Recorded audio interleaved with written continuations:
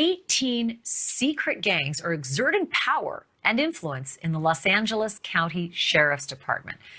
All new recruits start working in the jails, and the jails are where some of the most notorious deputy gangs are working and operating. Some of the names of those groups include the 3,000 Boys, the 4,000 Boys, the 2,000 Boys, Posse, IPA, and a number of these groups also have white supremacist leanings, which I mean, I can't say that I'm surprised, but I'm so glad that this is getting some attention. Let's get into it.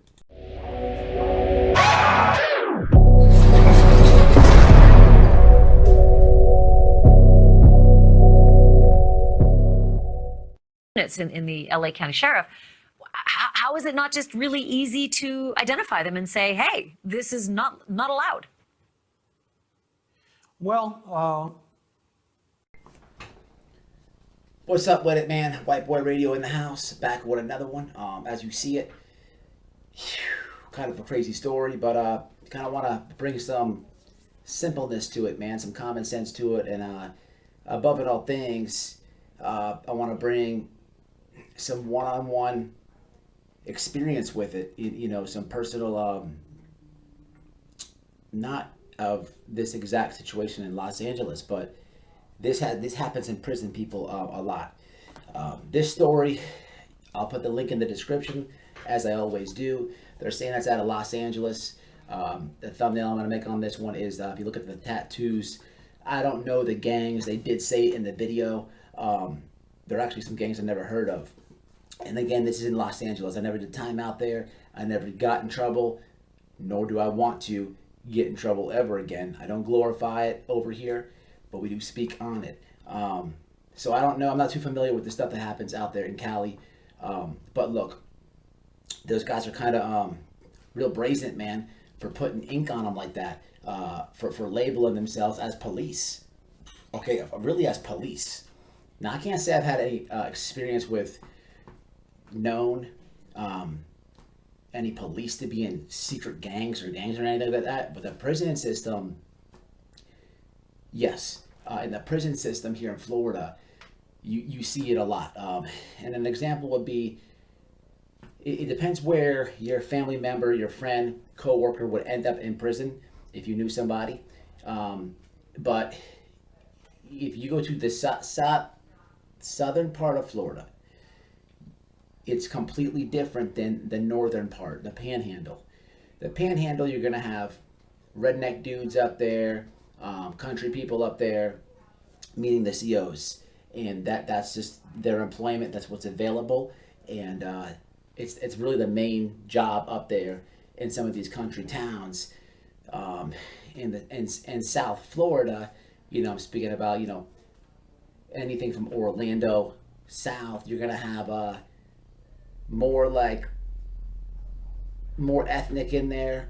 You're going to see a lot more black girls with gold teeth, black guys, Spanish, whatever have you. Yeah, you have your white COs too, but what you see down south is a lot of officers who are Latin Kings. Now, I can't honestly sit here and tell y'all that I've seen a CO with a Latin King tattoo on them, but it's obvious when you're on the inside. They congregate with the inmates who are Latin Kings. When you're on the inside, and you don't have to even be gang related. You know, you're going to stick with your own race, the golden rule. But when it comes to gangs and stuff, that's when that rule that golden rule could break. And when it comes to gangs, they all congregate with each other. That's what it is, 24/7, 365. They eat together, they crap together, they fight together, they do it all together. You know, and so the COs, man, you see a lot of kings, COs that are kings, that they're affiliated. You just know. Now, they're not throwing hand signs up on the yard when they're talking to inmates. No, they're going to keep their job, good benefits, and 90% of the time is where the dope's coming in at. You know, so I've seen it through the system before, but it's crazy to watch this video here with the police. You know, I've never seen that. tell me if you have in the comments. That's not good. That's not good. It's more common for a CO and this situation to happen inside a prison, but you don't need police gangbanging. Because trust me, in prison, the Latin Kings, they're not friendly with other gangs. They beef with other gangs. And if they're going through something on the pound, what do you think the CO Latin Kings are going to do? They're going to side with the inmates, and they have superpower in there to not go mess with the other gang, go search your locker, whatever, man. All types of things can happen. They can hide those inmates, get them off the compound. But with police, this is really weird, man. In California, it's almost I almost didn't want to believe this story. On the original video, you have a civil rights attorney who's saying this has been going on a long time. They're pushing the FBI to come look at Atlanta. There's supposed to be a lot of gangs that are in the Atlanta police as well. So I'll leave it in the description box. As far as personal life experience, I do know a guy I used to work with. He was affiliated years ago. He's an older guy now. He's got to be like 55. He's not gangbanging. He was at one point in that life. Okay, he's a Spanish dude. He was associated with the cartel. Okay, and he told me that back in the day he knew the Mexican cartel. Okay, to get into our services, okay, meaning our military. Now, his reasoning for it was just education. Okay, they would get people over here, get them to illegally over here, get the paperwork going. They'd go into the service, learn how to do all of our training that we do, and then when they got out, they would bring it back and like teach classes and inform them how to anything, everything, man. Think about basic boot camp. There's a lot that goes into it. I've never served, but just think about it. It's crazy. I remember this conversation pretty good because he told me there's a word for, people that get deported. You see it a lot in prison, man. Guys, they've done their time and they're coming out to the release date. And there's an organization called ICE. And it's an ICE hold, meaning that you have to leave the country. So you serve your time here in America, and when your time's up, they kick you out. I never knew that when you get deported, you can actually come back to America. Now, there is a blackball word that he told me. I forget what it's called. Let me know in the comments. There's a blackball word, and if you didn't know this is true. So when someone gets deported, I don't know the amount of time it takes or whatever have you, but they can come back. But then there's a word where if they put there's another word, it's not deported. If they do that to you, then you have eyes on you and you're not coming back. Like they're on you.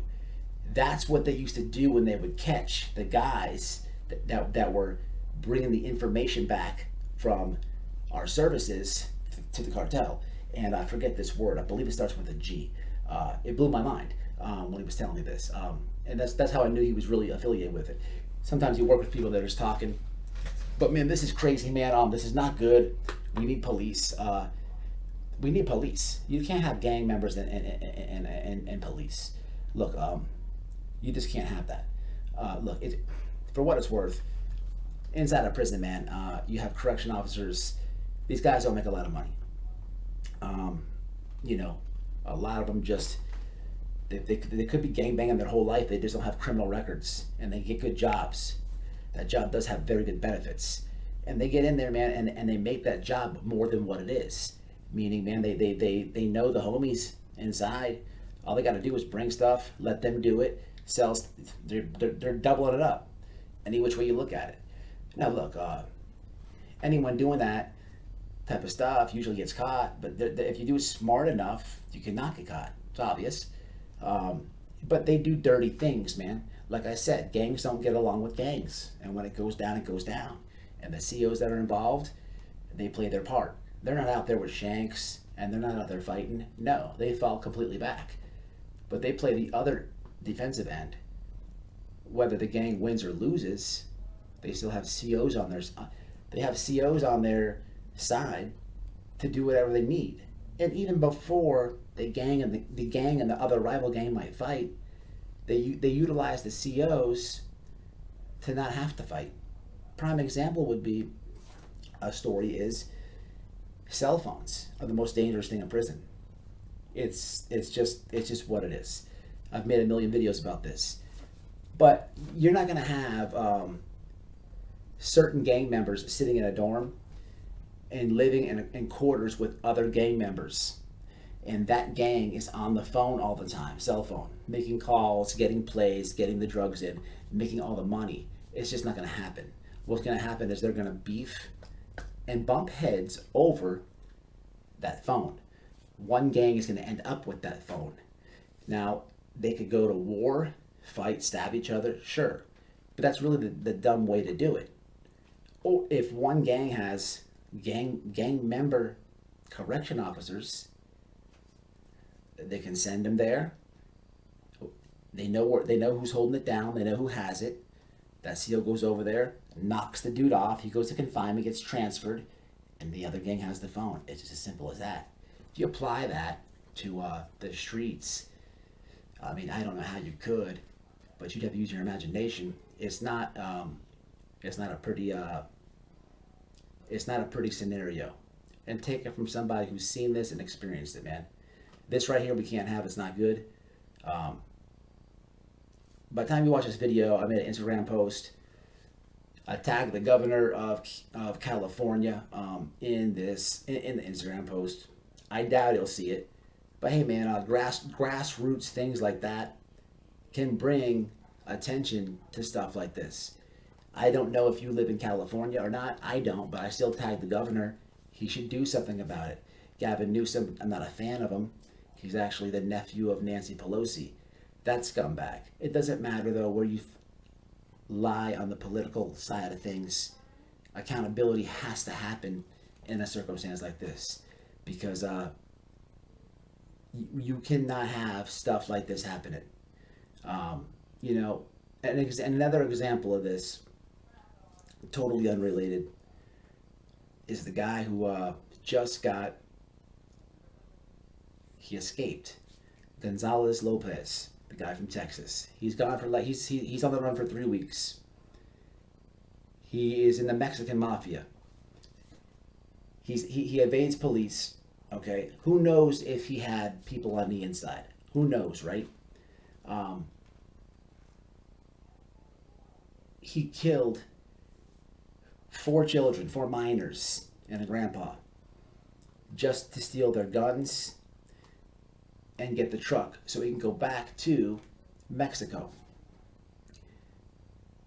If he was to have brothers, a Mexican mafia partner on the inside, then the guy on the inside has that blood on his hands.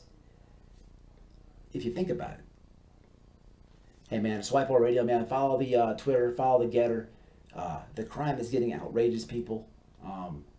You know, I just want to have everybody. I'm a convicted felon. I can't even tell you guys this, but you need to protect yourself. As a convicted felon, I can't legally own guns, but you'd have to be crazy to think me making all these videos, me saying something, especially on a video like this where I've witnessed shit like this. If you don't think I have access to some very close by, then you don't know me. Man, protect yourself, man. It's getting bad out there. You know, sometimes, man, you don't always have to go and buy a firearm. Sometimes, man, when that election cycle comes, you just got to vote for somebody who's not Gavin Newsom. And on that one, I'm out of here, man. Check out the social. Shout out to my members. And shout out to my supporters. And look at the facts of the case. He crossed state lines. False. He's a white supremacist. False. None of that is true. And the lies that they can just get away with spreading is just sickening, and it's a disgrace to this country.